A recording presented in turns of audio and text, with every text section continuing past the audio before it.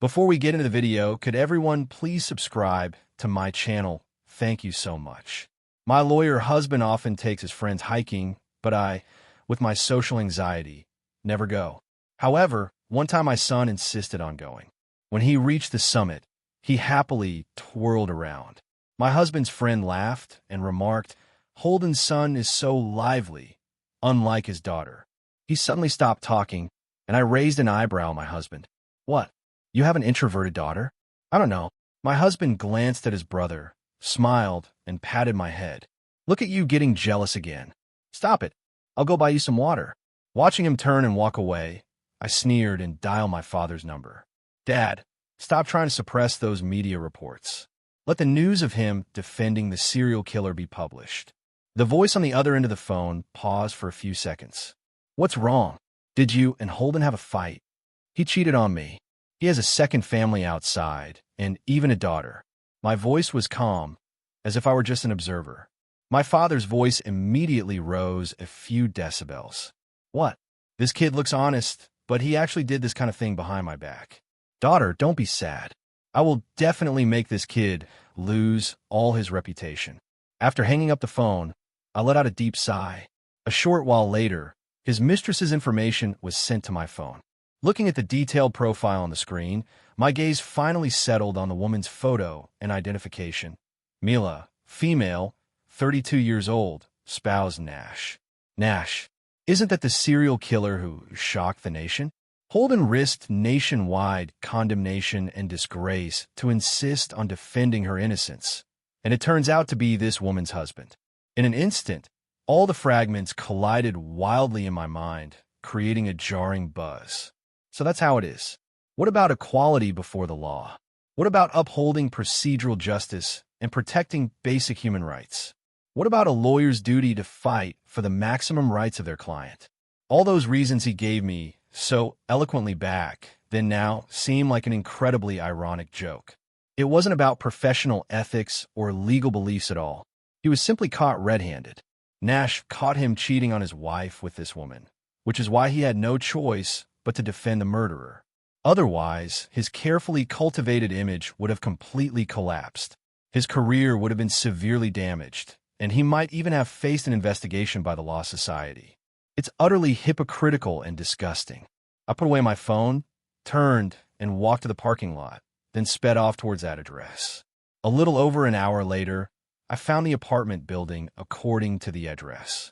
The moment Mila saw me, her pupils contracted sharply.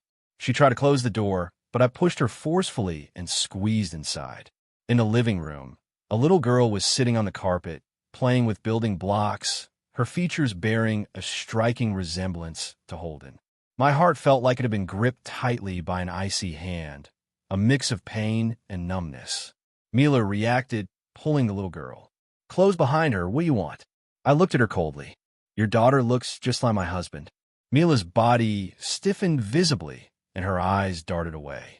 "What nonsense are you talking about? Kids all look alike. It's just a coincidence." "A coincidence?" I took a step closer, my gaze fixed on her. "I already know about your dirty secret with Holden." Mila's expression changed instantly. She blinked, and tears welled up in her eyes. "I'm sorry, madam. I'm so sorry. It's all my fault. It's my shamelessness. I seduced Holden. It's all my fault. But the child is innocent. Neo has always been unwell and keeps crying for her father. I really don't know what to do." As I looked at her daughter, a memory of that night a month ago flashed through my mind. My son had suddenly developed a high fever.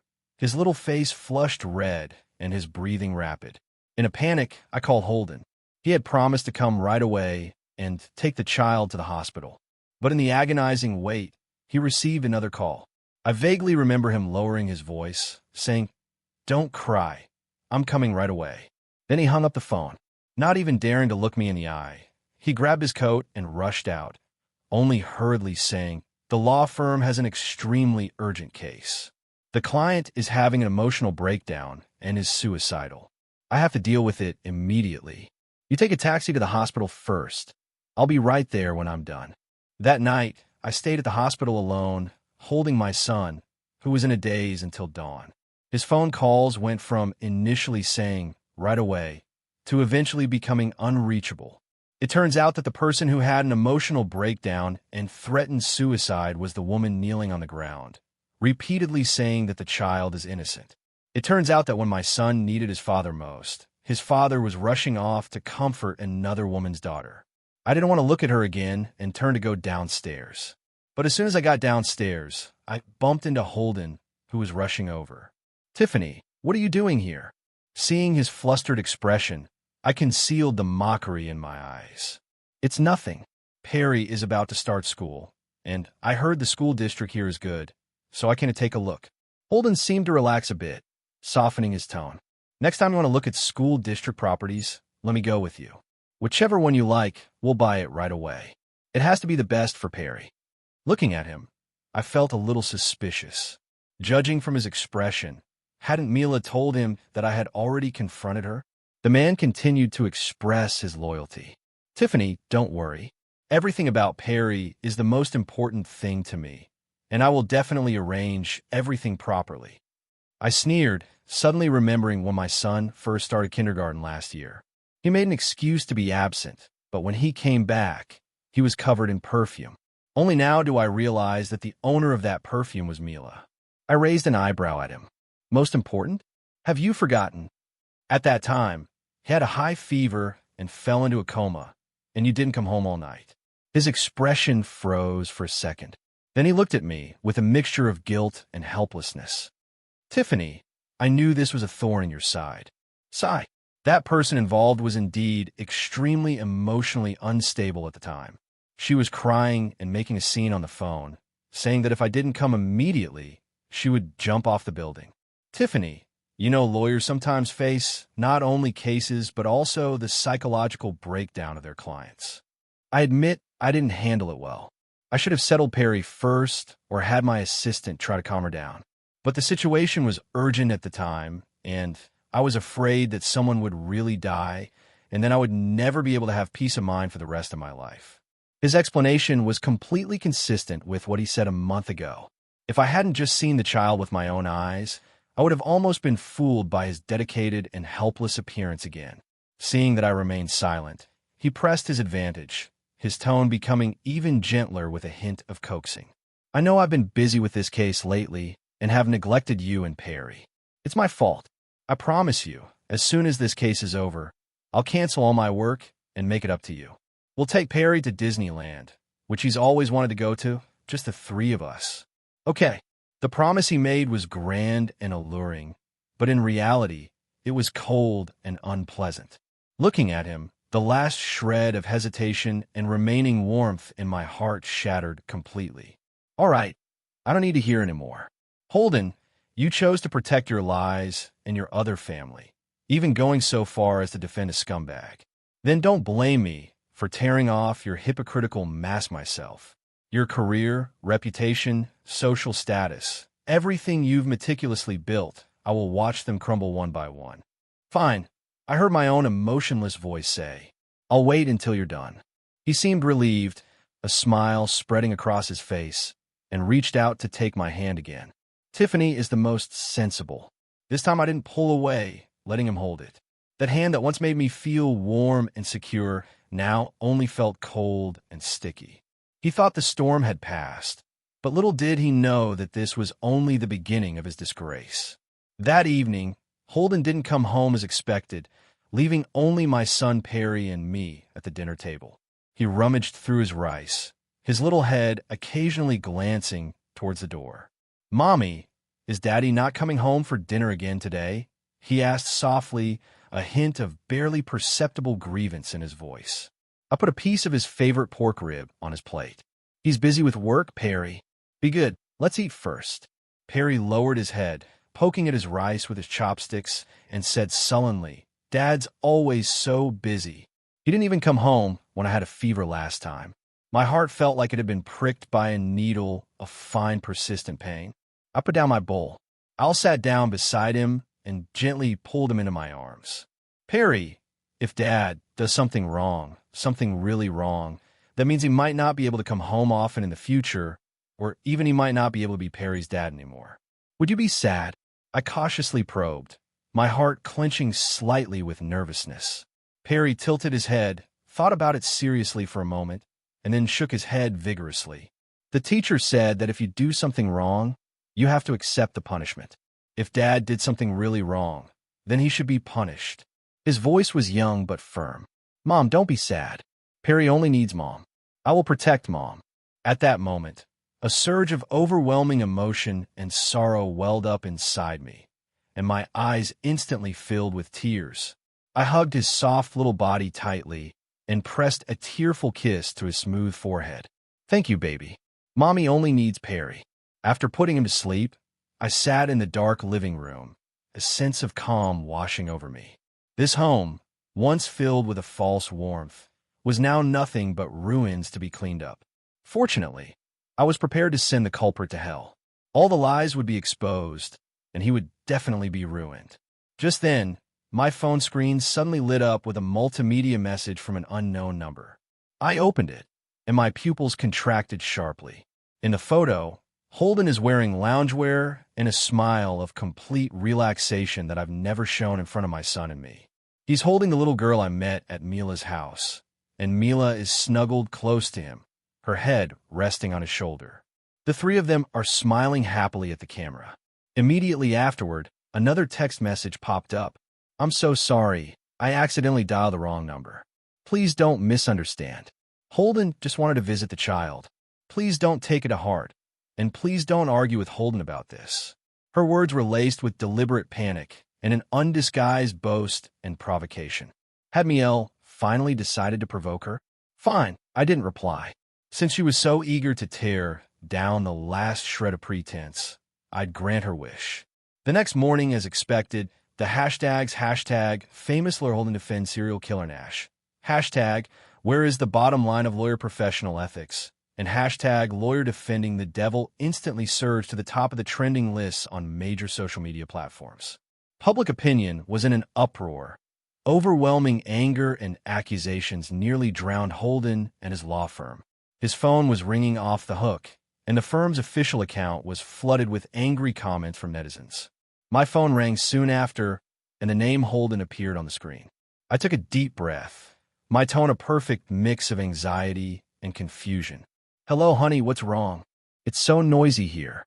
What's going on with those news articles online? Holden's furious voice came from the other end of the phone. Tiffany, the trending topics. How come all those trending topics have B? I exposed. Didn't Dad promise to help us suppress them? I feigned surprise. What? They've been exposed? That's impossible. Is the rival company behind this?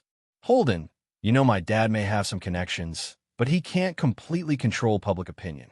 Holden raised his voice. Can't suppress it. Tell me why you can't suppress it. What were your dad's promises to me back then? A whole family of useless trash. I listened to his insults, but I only found it amusing. This man had finally broken down. I feigned some grievance and surprise. Holden, how could you say that? You've never been mean to me before. There were a few seconds of silence on the other end. Then the softened tone carried the usual coaxing undertone. I'm sorry, Tiffany. I was just too anxious. Please ask Dad again. Ask him to think of a way. No matter how much money it costs, no matter how many connections he uses, he has to suppress the trending topic. At least we can't let the situation escalate any further. After saying that, he hurriedly hung up the phone. I put down my phone and snorted coldly. Holden, this is just the first appetizer. You and her enjoy my gift. The day of the trial arrived.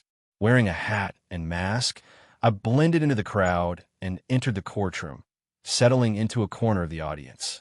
A large number of media personnel and onlookers had gathered outside the courthouse. Look, that's Attorney Holden. I heard he volunteered to defend the suspect this time, to uphold the dignity of the law.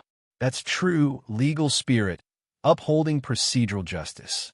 Holden did the right thing under pressure. He's a role model for us lawyers. Before the trial, Holden spent a fortune hiring online trolls to clear his name, making it seem like he genuinely wanted everyone to have the right to a defense. The judge took his seat, and the trial officially began. Nash, sitting in the dock, showed no sign of tension or remorse, but rather an unsettling ease. He looked at Holden and began to draw out. Holden, how are my wife and kids lately? I heard things were quite lively at home the other day. Holden's fingers, which were turning the page, suddenly stopped, his fingertips turning white from the pressure. Nash chuckled. I've entrusted my most precious possession to you. You absolutely have to do your best. Otherwise, my daughter's true identity won't be kept secret. I watched their interaction, lowering my eyes and sneering. They were in cahoots, each with their own agenda. Truly two scumbags. Once the trial officially began, Holden, having been threatened, went all out. Every time the prosecution presented strong evidence, he would use sophistry to dismantle their solid arguments. Mila, sitting in the audience not far from me, could hardly hide the anticipation and joy on her face. When Holden successfully refuted another key piece of evidence, she even clenched her hands excitedly. During a recess that ended and the court reconvened, Holden walked toward the defense table and inadvertently exchanged a glance with Mila. The prosecution was clear. They were clearly unprepared. They probably hadn't expected Holden to be so ruthless. The judge's face showed fatigue and a hint of helplessness, as if he had already begun to mentally analyze the reasons for the acquittal. During the final statements, Holden delivered a passionate summary, elevating his defense to the level of upholding the dignity of the law and preventing judicial abuse of power. Speaking with great eloquence, as if he were the embodiment of justice, the judge surveyed the room and struck the gavel. Both sides have finished their statements. I will now. Everyone held their breath. Nash's lips curled into a wide, bloodthirsty, triumphant smile. Mila leaned forward slightly in excitement. Holden straightened his tie, his face radiating the ease and smugness of impending victory. Just as the judge was about to bring the gavel down to adjourn the court for deliberation, a chorus of cell phone notifications suddenly rang out. A message appeared on everyone's screen, the mask of the truth behind Holden's defense of the devil. The solemn atmosphere in the courtroom froze instantly, then was shattered by barely suppressed commotion. People stared in astonishment at their phone screens. The judge frowned, and the gavel hovered in midair. The reporters, like sharks smelling blood, instantly became excited. The article was like a precisely dropped bomb, exploding in court. It detailed Holden and Mila's years-long extramarital affair, with a clear timeline, and even included hotel check-in records and intimate photos. More importantly, it released a crucial recording. In a recording, Mila sobs, "Holden, what do we do? What if Nash goes crazy and exposes everything about us? Your career will be completely ruined." Holden's voice was frighteningly calm. "What's the panic? He's the prime suspect now. No one will believe anything he says as long as I defend him. At least he'll feel hopeful, and he won't make baseless accusations. That's the best way to shut him up." This sudden turn of events clearly disrupted the trial proceedings. My God, so that's how it is? Disgusting. This is true evil among men. Defending that scumbag just to get himself out of trouble. Does he even deserve to be a lawyer? The voices that had just defended Holden's procedural justice vanished instantly, replaced by overwhelming anger and contempt. Reporters' cameras and microphones immediately turned towards the defense table. Holden's face was drained of color, deathly pale. Mila, standing to the side, was already terrified, muttering to herself, "Why? Why is this happening?" Holden suddenly looked up, his gaze frantically scanning the audience before finally settling on me.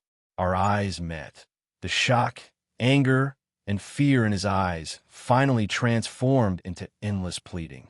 The judge slammed his gavel down. Silence. Silence. However, the boiling courtroom could no longer be calmed. The prosecution quickly stood up.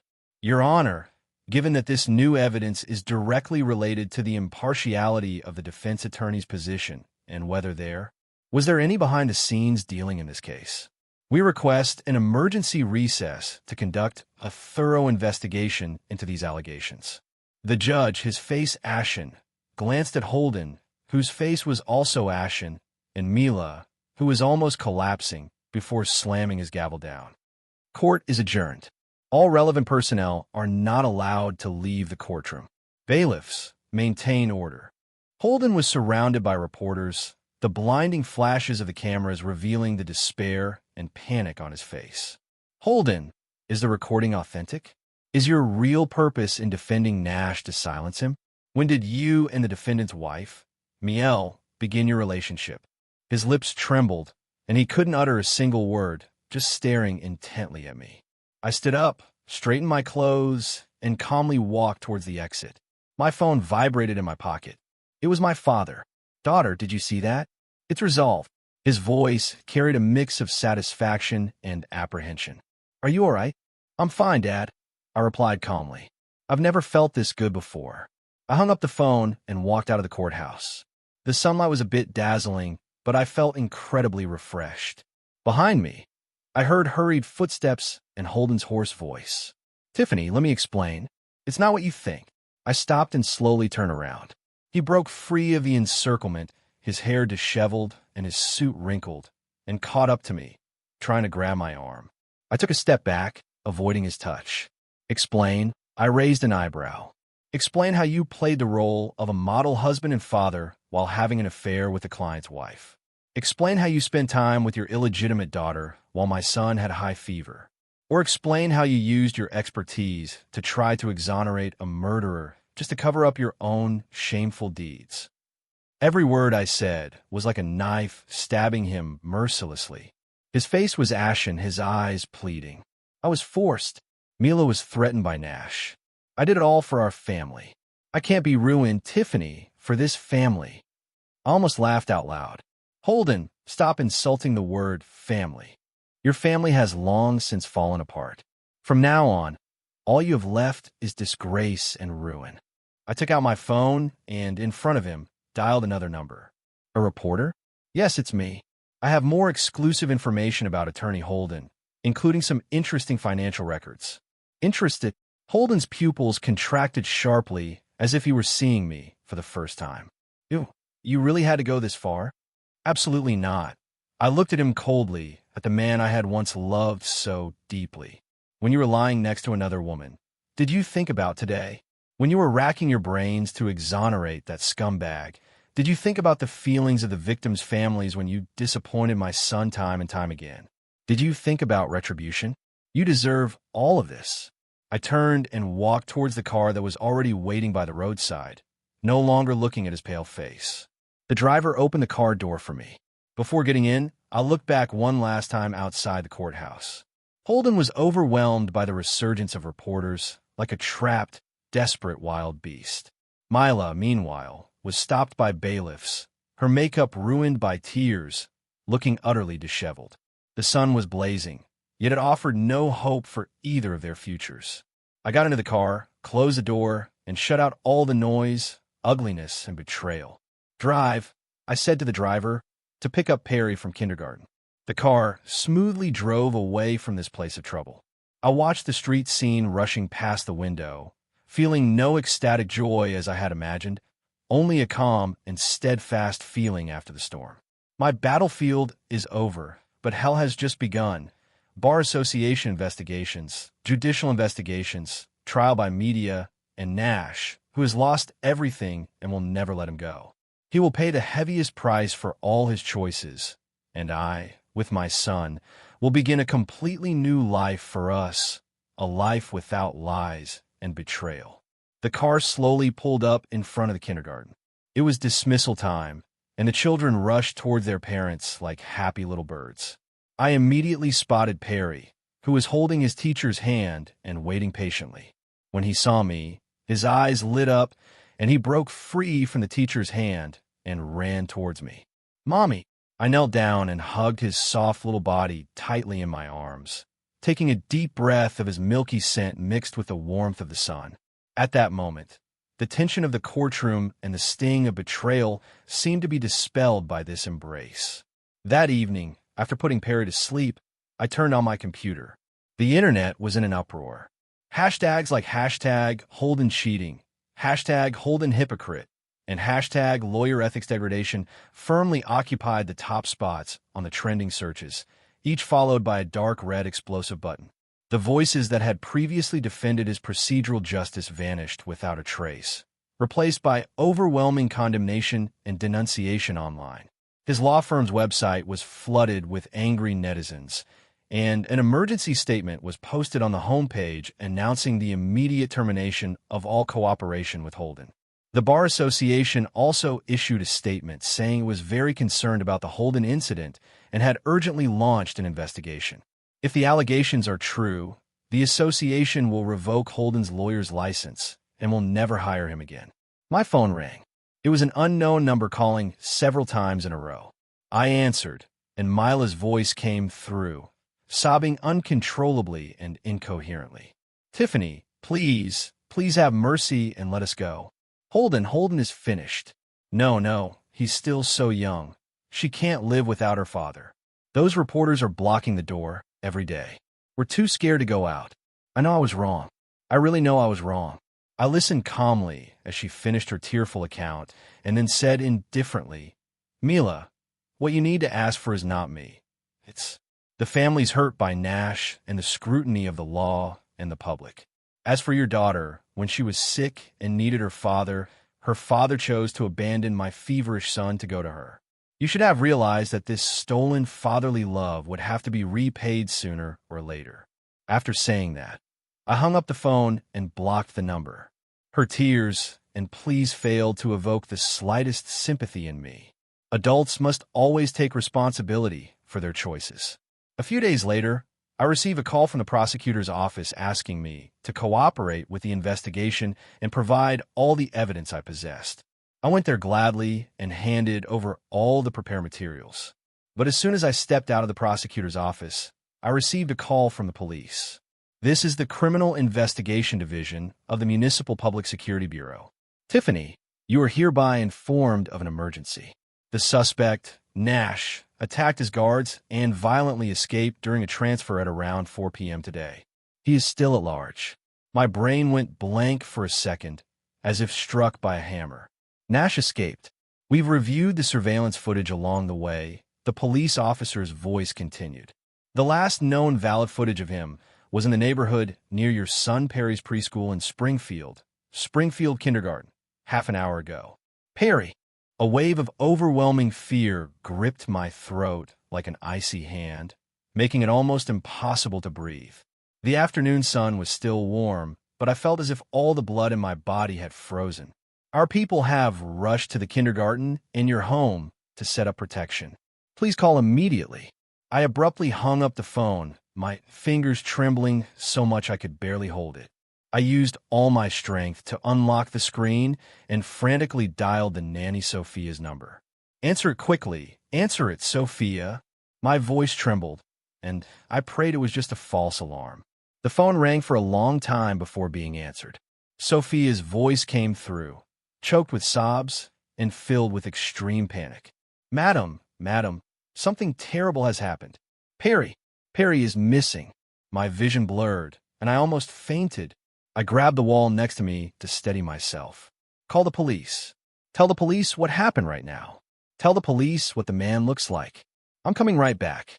I practically roared as I hung up the phone and stumbled toward my car. My hand was shaking so badly that it took me several tries to insert the car key. I started the engine, the tires screeching, and the car shot off like an arrow. Along the way, I ran countless red lights, my mind in complete chaos, fear and regret gnawing at my heart like venomous snakes. As I approached home, I saw several police cars parked at the entrance of the complex, their red and blue lights flashing, creating a tense atmosphere. Many neighbors were watching from a distance, discussing the situation. Before I had even come to a complete stop, I pushed open the car door and jumped out. Officers immediately approached. "Tiffany, it's me. Where's my son? Any news?" I grabbed the lead officer's arm and asked anxiously, my voice filled with desperate hope. The officer shook his head gravely. "Tiffany, we're doing everything we can to find him." I forced myself to take a deep breath, try to sift through my chaotic thoughts for any useful information. A threat, a hiding place. Mila, after Nash's escape. Will he go to Mila or use Mila? I looked up abruptly. Mila, Nash's wife, Miel. He knows about my relationship with Holden. He knows Perry is my weakness. Could he find Perry through Miel or force Miel to help him? The police immediately became alert. We know Miel's address and have sent people to monitor her, but we haven't found any trace of Nash yet. Do you think Miel will assist Nash? I don't know. I shook my head, my heart pounding with fear. But she's his wife, and what isn't Nash capable of? He'll definitely find a way to control her. Just then, my phone rang again. It was an unknown call from a number that had been hidden. Everyone's eyes instantly focused on my phone. A terrible premonition gripped me. Your son is so lively. It's a pity he won't live much longer. My heart stopped, but I forced a calm voice. Nash, don't involve your family. Your enemies are me and Holden. A sinister laugh came from the other end of the phone, mixed with my son's suppressed sobs. If it weren't for you, I would have been released without charge. He gave me the address of an abandoned factory in the suburbs. Come alone. If I see the police. A clear slap and a child's cry of pain came through the phone, tearing my heart apart. Don't touch him. I'm coming right away. I almost shouted. The call was disconnected. I turned sharply to the police officer and quickly repeated the address. He told me to go alone. That's too dangerous. The officer immediately objected. There's no time. I interrupted him, my eyes resolute. His emotions are extremely unstable. Any provocation could make him harm a child. I have to stall him. This is my only chance to save my son. I took a deep breath. Please make sure to set up remote surveillance. Trust me, I will create an opportunity for you. I snatched a miniature emergency alarm from the officer, clutched it in my hand, jumped into the car, floored the accelerator, and sped towards the suburbs. I knew Nash didn't want me dead. Otherwise, he wouldn't have gone to such lengths. He wanted revenge, torture, and torment. The factory's rusted gates gaped open like the maw of a giant beast. I rushed inside without hesitation. Deep within the empty factory, light shone faintly. Nash stood with his back to me beside a massive abandoned reaction vessel. Perry was suspended in midair above the dark feed inlet of the reaction vessel, a rope tied around his waist. The other end of the rope was casually tied to a nearby railing. The child was pale with fright, his eyes filled with tears as he looked at me, but he dared not cry out. Mommy, he called weakly. Nash slowly turned around, satisfaction on his face. Such a tender mother-son bond. I'm here, let him go. My voice was hoarse as I approached step by step.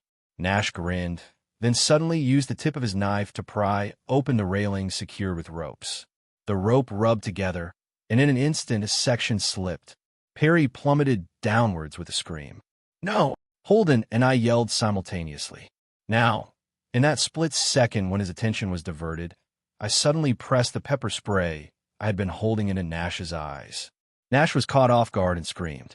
He instinctively covered his eyes and backed away, wildly swinging the dagger in his hand. I rushed over like a madman, not towards Nash, but towards the railing with the rope attached, using all my weight to hold down the knot that was about to slip completely. Perry, don't be afraid. Mommy's got you, I screamed. My arms ached from the rough rope. Almost simultaneously, bang, Nash jolted, looking down in disbelief at the blood spreading across his chest. The sniper lying in ambush on a distant high vantage point seized the opportunity one had created.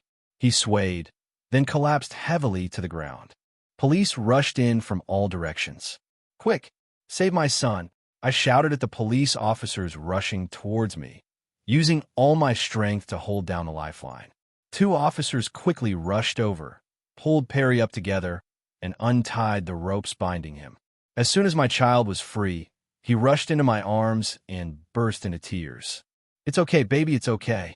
Mommy's here. I hugged him tightly, kissed his hair, and finally my tears flowed freely.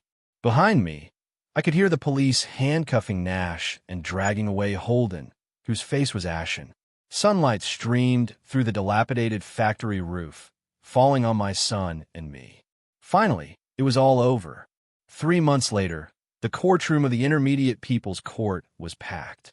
The Nash serial killer case was reopened, and Holden and Mila, who were also involved in the case, stood in the dock.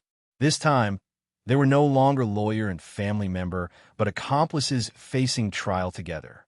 The prosecution presented a complete chain of evidence. Nash's crimes were undeniable, and he was sentenced to death with immediate execution. Mila, as an accomplice, knowingly assisted in concealing Nash's crimes and was sentenced to 15 years in prison. Holden was sentenced to 8 years in prison for multiple charges, including obstructing justice, perjury, and violating lawyers' ethics. When the judge delivered the verdict, Holden looked ashen-faced. The once proud and confident lawyer was now hunched over, as if he had aged 10 years. He glanced instinctively at the audience, searching for me, but I hadn't attended the trial. I didn't want to waste any more time on people who were no longer relevant to me. Mila collapsed upon hearing the verdict and was escorted away from the courtroom by bailiffs. She will pay a long price for her choices.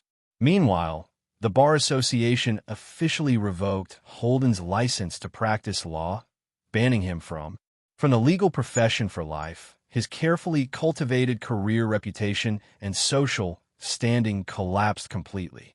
Just as I had predicted, Nash did not appeal during the appeal period and was executed a month later. The day the news was published, I baked my son's favorite chocolate chip cookies at home. As the house filled with their aroma, I gently crossed out that day from the calendar. "Mom, we have a new friend at kindergarten today." Perry ran into the kitchen, his face beaming with joy.